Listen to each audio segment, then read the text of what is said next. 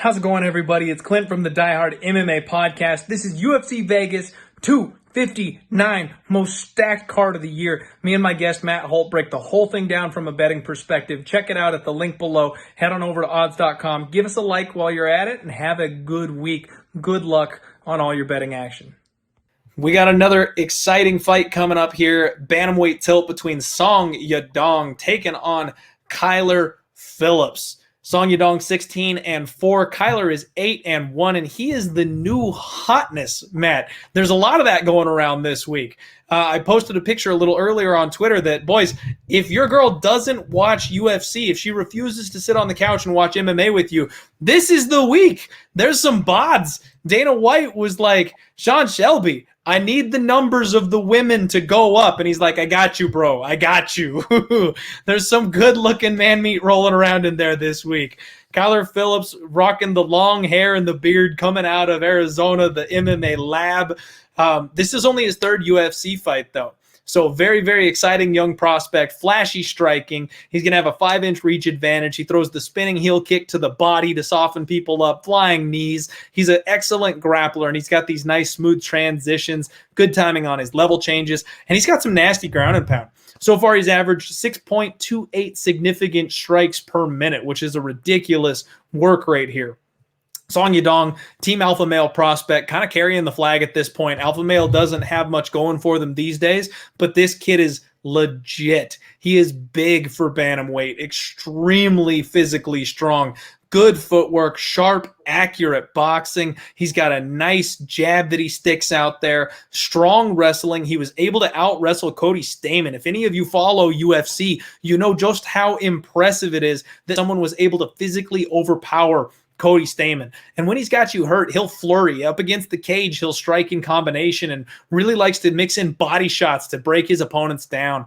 This guy is real, Matt. I like Song Yadong, and in my opinion, he's a dark horse in the division. Have you done anything on this fight?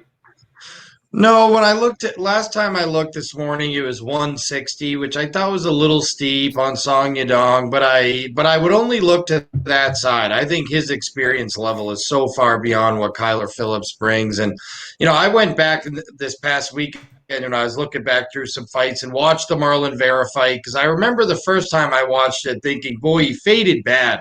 And Marlon Vera was really coming on. But I didn't actually think he faded that bad in the third. I thought his gas tank held up okay. Yes, Marlon Vera won round 3, but Marlon Vera is a lot to handle and has cardio for days and always comes on late. The Stamann fight was really impressive. I mean, this guy's resume is just really impressive. He's beaten some tough dudes, Yadong Song. Vince Morales, Alejandro Perez, Felipe Aranche. For me, it's going to be favorite or pass here. And I was even interested in the under. I thought, if you look at some of Song Yadong's fights, including the Vera fight, boy, he comes out on fire and bangs a little bit harder than people give him credit for. And if Kyler Phillips comes out and tries to bang with him early, I could see actually one of them really connecting in the first round of this fight. So at plus 150 on the under 2.5, that was certainly a possibility. I haven't played the fight yet, but for me, it's either going to be Song Yadong or maybe under 2.5. Okay. So once again, we're kind of lining up here, Matt. I didn't even think about the under 2.5, but given your reasoning, I don't hate it. I don't hate it at all. This is a spot, though, that I think the bookies got it right. Song Yadong opened up around minus 200. He was like a minus 190, minus 200 favorite, depending on where you got him. And it's been all love for Kyler Phillips. I think this is another spot where the new hotness is really starting to get to people. We've seen how flashy and exciting this guy is. And don't get me wrong, I'm excited about Kyler Phillips too. Maybe not the same way my wife is, but I think this guy's got a future in the UFC. And Song is a guy that, in my opinion, has just been continuously disrespected. When you get a guy like Song Yadong who's got that high-level power wrestling, I mean, it's exactly like Cody Stamann. You can't submit the guy. You can't knock the guy out. And eventually he's going to get his mitts on you and take you down. And don't forget, we're in the UFC Apex. We're in that small cage. So because of that, I definitely lean with the favorite here. And honestly, I liked him a little while ago. I'm waiting. Now we've got 560 live viewers right now. I got to pull this out. If you're riding with me, if you like Song Yadong, don't bet it yet. We got to wait. Be patient. Show some restraint. Because if we can get Song Yadong around minus 130, that's a home run to me. I have no problems standing in front of the world and waiting against this line movement, seeing all the money pouring in on everybody, thinking that the underdog is just going to roll through this champion caliber fighter that's been battle tested in the UFC. I've got no problem planting my flag and taking the guy that I think deserves to be the favorite. And I'm going to take Song Yadong.